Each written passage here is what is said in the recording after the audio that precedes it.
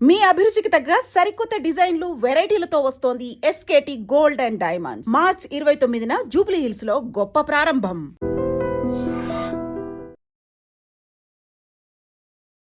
నమస్తే అమ్మా.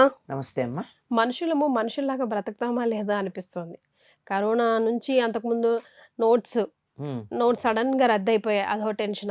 తర్వాత బ్యాంకులు ఏదో ఒక డిస్టర్బెన్స్, వెబ్సైట్లు బ్లాక్ అవ్వడము, ఏదో ఒక డిస్టర్బెన్స్. కరోనా తర్వాత మళ్ళీ ఇప్పుడు కూడా లాక్డౌన్ వచ్చే పరిస్థితి. అఫ్ కోర్స్ మోదీ గారు అలా అనకపోయినా చాలా మంది అలా మిస్ప్రింట్ చేసుకున్నారు మైండ్లలో, మళ్ళీ లాక్డౌన్ వచ్చేస్తుందేమో అని. మొన్నటి వరకు సిలిండర్ కోసం కుస్తీలు పట్టినాం, ఇప్పుడేమో మళ్ళీ పెట్రోల్ కోసం డీజిల్ కోసం కుస్తీలు పడుతున్నారు, బార్లు తిరుగుతున్నారు. గంటలు అవ్వాల్సిన ప్రయాణం 2-3 గంటలు అవుతుంది. ఏంటమ్మా ఈ పరిస్థితి? మోడీ గారు ఒక మాట అన్నారు. ఏమన్నారు? కరోనా సమయంలో ఏ రకంగా మనమంతా కలిసిమెలిసి దాన్ని ఎదుర్కొన్నామో అలా ఎదుర్కొందామన్నారు తప్ప లాక్డౌన్ వస్తుందని అన్నారా? అనలేదు అసలు. అనలేదు కదా. అంటే కరోనా అనగానే వీళ్ళు లాక్డౌన్ అనుకున్నారు. లాక్డౌన్ ఎన్నాళ్ళు ఉంది? 21 రోజులు ఎంతో ఉంది, అంతే కదా. తర్వాత ఇంకొంచెం ఎక్స్టెండ్ చేశారు, డే టైం అనో నైట్ టైం అనో అట్లా. అంతేగాని త్రూ అవుట్ కాదే. కానీ సంవత్సరం పాటు కష్టపడ్డాము. అప్పుడు ఏ రకంగా మనం సహకరించుకుని ప్రపంచం మొత్తానికి ఆదర్శంగా ఉన్నామో అట్లా ఉందామనుకున్నారు. మనకున్న జనాభా లెక్క ప్రకారం గనక చూసినట్టయితే కరోనా సమయంలో చనిపోయిన వాళ్ళ సంఖ్య ఎక్కువ ఉన్నా పర్సంటేజ్ చూస్తే ప్రపంచం అంతట్లోకి మంది తక్కువ. పర్సంటేజ్ లెక్క ప్రకారం ఇంతమంది ఉండి కూడా మనకి ఇంతమంది, ఇప్పుడు 100 మందిలో 5గురును 10 మందిలో 5గురికి తేడా లేదు ఉందమ్మా. 100 మందిలో 5గురు అంటే 20%, 10 మందిలో 5గురు అంటే 50%.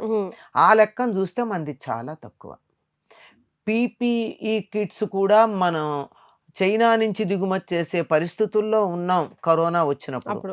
2 నెలల్లో మనంతట మనం స్వయం సమృద్ధమై ఇతర దేశాలకి పంపించేంత అయ్యాం మనం. అప్పుడు ఎంత యునైటెడ్గా ఉన్నాం. మనలో ఉన్నటువంటి లేటెంట్ టాలెంట్ అంటే సుప్త చేతన ఏదైతే ఉందో, మనలో ఉన్న సామర్థ్యం ఏదైతే ఇన్నాళ్ళు నిద్రాణంగా ఉందో, బద్ధకంగా ఉందో, పడుకునుందో, దాన్ని లేపి మళ్ళీ మనలో ఉన్న శక్తి సామర్థ్యాన్ని మనం పెంపొందించుకున్నాం. మాస్కులు ప్రపంచానికంతా సప్లై చేసాం.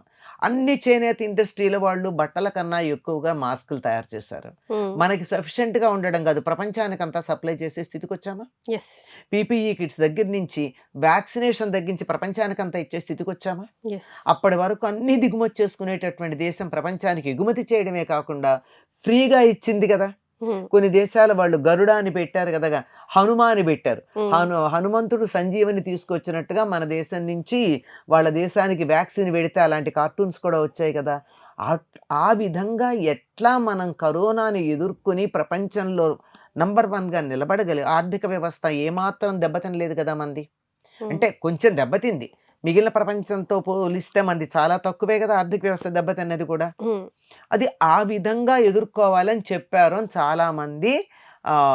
మోడీ గారి పార్లమెంటు సమావేశపు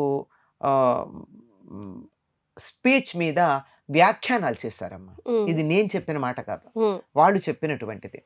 కనుక మనం పరిస్థితిని ఎదుర్కొందామని మళ్ళీ మన పరిస్థితులు ఎట్లా తయారయ్యి గ్యాస్ వెలిగించి యువతలకు వచ్చేస్తున్నాం. మాడిపోతున్నాయి, గిన్నె మాడుతోంది, గ్యాసు వేస్ట్ అవుతోంది. మనుషులు ఉన్నా లేకపోయినా ఫ్యాన్లు లైట్లు ఆన్ చేస్తుంటాయి, ఎంత ఎలక్ట్రిసిటీ వేస్ట్ చేస్తున్నాం. ఇలాంటివన్నీ కూడా దృష్టిలో పెట్టుకుని మనం జాగ్రత్తగా ఉండి కొంచెం పొదుపుగా ఉండి ఏ ఇబ్బంది కలిగినా మనం దాన్ని ఎదుర్కొనేందుకు సిద్ధపడాలని చెప్పారు.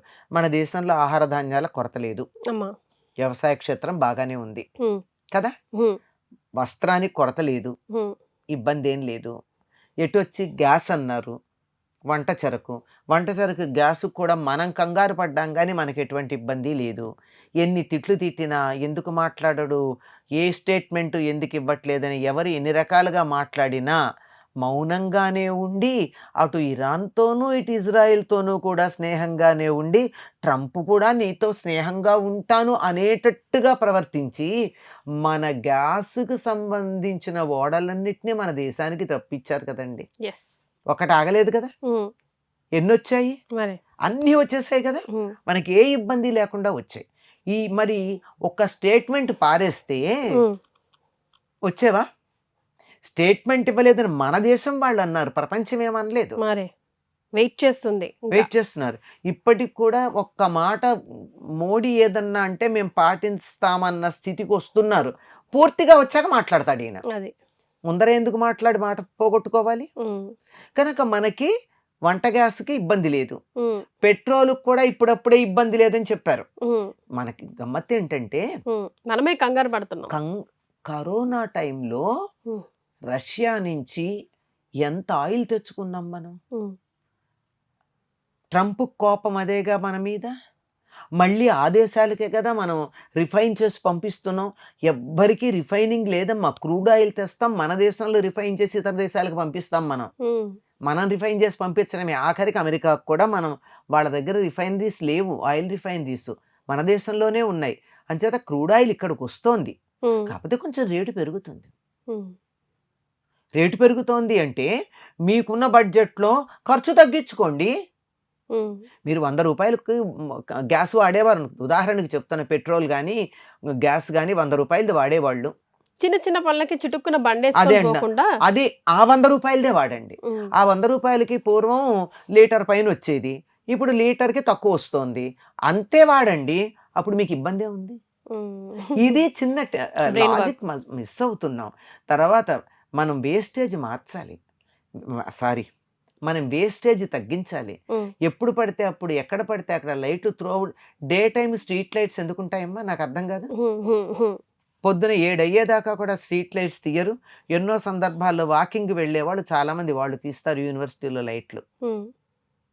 ఎందుకుంటాయి అంటే 5:30 కల్లా నువ్వు లైట్లు పునః 6 కల్లా లైట్లు తీస్తే 1.5 గంట ఇన్ని లైట్లు వెలిగే కరెంటు ఖర్చు వస్తుంది కదా. మన ఇళ్లల్లో గదిలోంచి బయటకు వస్తూ లైటు ఫ్యాన్ ఎందుకు తీయం? త్రూ అవుట్ ద నైట్ మీకు ఏసీ ఉండాలా? రూమ్ చల్లబడేదాకా 15 16 పెట్టి రూమ్ చల్లబడిన తర్వాత ఏసీ ఆఫ్ చేస్తే తెల్లారేదాకా చల్లగా ఉంటుంది. Why don't you follow that? ఇంట్లో నలుగురు కష్టం వస్తేనే ఇవన్నీ తెలుస్తాయమ్మా. మళ్ళీ ఒకసారి నలుగురు ఒక్కసారి భోజనం చేస్తే ఇన్నిసార్లు అన్ని వేడి చేసుకునే పని ఉండదు కదా.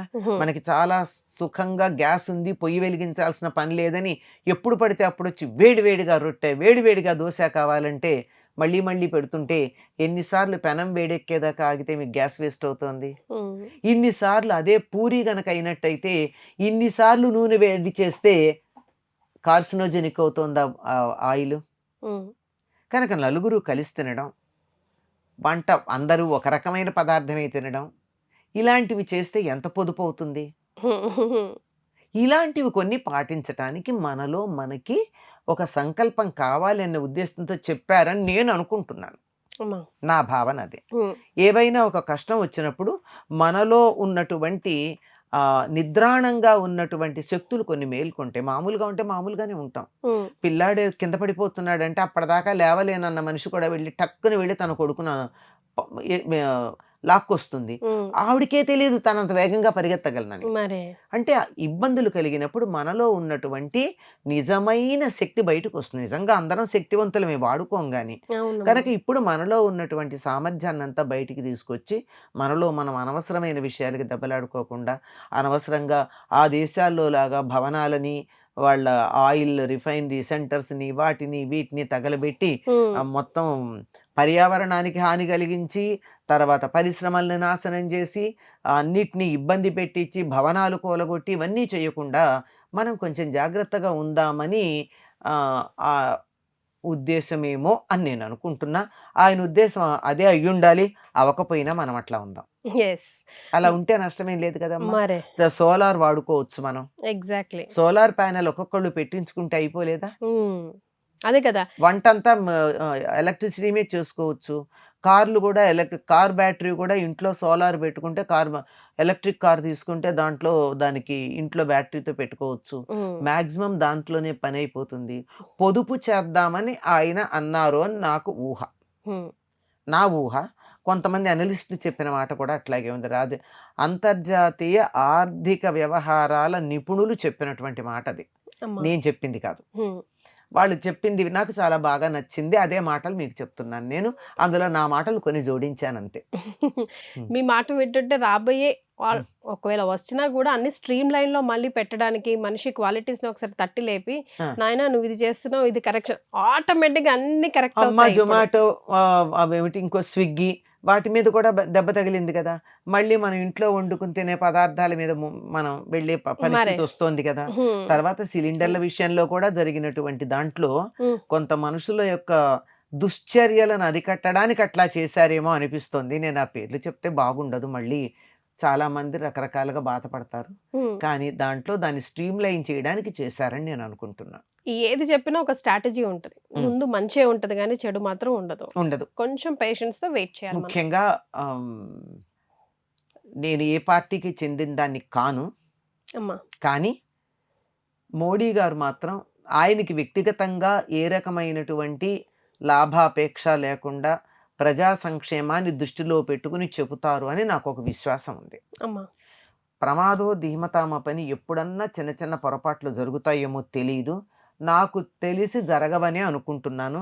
వారు ఏదైనా ఒక మాట అన్నారంటే భారతదేశం ఒక్కటే దృష్టిలో పెట్టుకోకుండా యావత్ ప్రపంచంలో ఉన్న మానవాళి యొక్క శ్రేయస్సు దృష్టిలో పెట్టుకుని చెప్తారు అని నేను నమ్ముతానమ్మా. నా వ్యక్తిగతమైనటువంటి నమ్మకం, వ్యక్తిగతంగా ఆయన మీద ఉన్నటువంటి నమ్మకం, అంతేకాని ఇది పార్టీకి సంబంధించిను దేనికి సంబంధించి కాదు. ఎందుకంటే ఆయన క్యారెక్టర్ మనం గమనిస్తే తెలిసినటువంటి క్యారెక్టర్ని చూసి అర్థం చేసుకున్నటువంటి విషయం. అందువల్ల ఆయన చెప్పిన దాంట్లో ఏది హాని ఉంటుంది అని నేను అనుకోను. అందులో భయపెట్టేది కూడా ఏమీ ఉండదు. అలర్ట్ మెసేజ్ మాత్రమే. అంటే అలర్ట్ కూడా కాదు, మనం కలిసి ఉందాము, ఏ ఇబ్బంది వచ్చినా కలిసికట్టుగా ఎదుర్కొందామని చెప్పారు. మనలో యూనిటీని పెంచి మనలో నిద్రాణంగా ఉన్న శక్తిని మేల్కొల్పి మనమంతా శక్తివంతులమని నిరూపించడానికి ప్రయత్నం చేశారని నేను అనుకుంటున్నాను. సో అన్నిటికీ కంగారు పడకండి, హ్యావ్ ఎ పేషెంట్, కొంచెం మైండ్ఫుల్ వర్క్ చేద్దాం అందరం కలిసి. అది కూడా చాలా సంతోషం అమ్మా, ధన్యవాదాలు. And for more videos, please subscribe to iDream. Please subscribe to iDream. Please subscribe iDream. And please subscribe to iDream. For more videos, subscribe to iDream. please like, share and subscribe to the channel. Congratulations, iDream. Subscribe to iDream. Subscribe to iDream. So subscribe to iDream Media. iDream ki iDream team andarki huge congratulations. Please subscribe iDream Media. Please subscribe to iDream. Subscribe iDream. Please subscribe to iDream. iDream అంటే నా కళల ఛానల్ను subscribe చేసుకున్న నోరు తిరుగుతలేదు, మీరైతే గంట గుర్తు కొట్టండి. For more such videos, please subscribe to iDream. Subscribe to iDream. Please subscribe to iDream. Please subscribe iDream Media. Please do subscribe to iDream. Please subscribe to iDream Media. For best entertainment and information, please subscribe iDream. And don't forget to subscribe to iDream.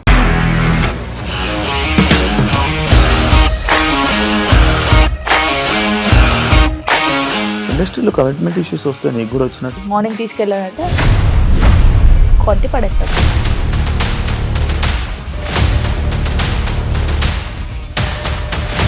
ఒక్కళ్ళు కూడా చూడలేదు ఈ cinema అని చెప్పడానికి కూడా చాలా ధైర్యం కావాలి. అది నిజం కదా, దాంట్లో ధైర్యం ఏంటి? ఇది నెక్స్ట్ డే ప్లేట్ మార్చేస్తే తప్పు కదా. As of now we are comfortable this అని నేను అనుకుంటున్నాను. రష్మిక గారిది మీది ఒకే ఊరంట కదా. నీకు కోపం వచ్చిందంటే బాగా తిట్టేత్తరా?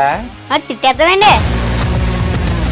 నిజంగా గేమ్ ని ఎలా చేంజ్ చేయగలిగారు? ఏపీఎస్ఎఫ్సి వాళ్ళకి 6 నెలల్లో నేను 6 లక్షలు కట్టా. బిజినెస్ చేయాలనుకుంటే it is as difficult as riding a tiger.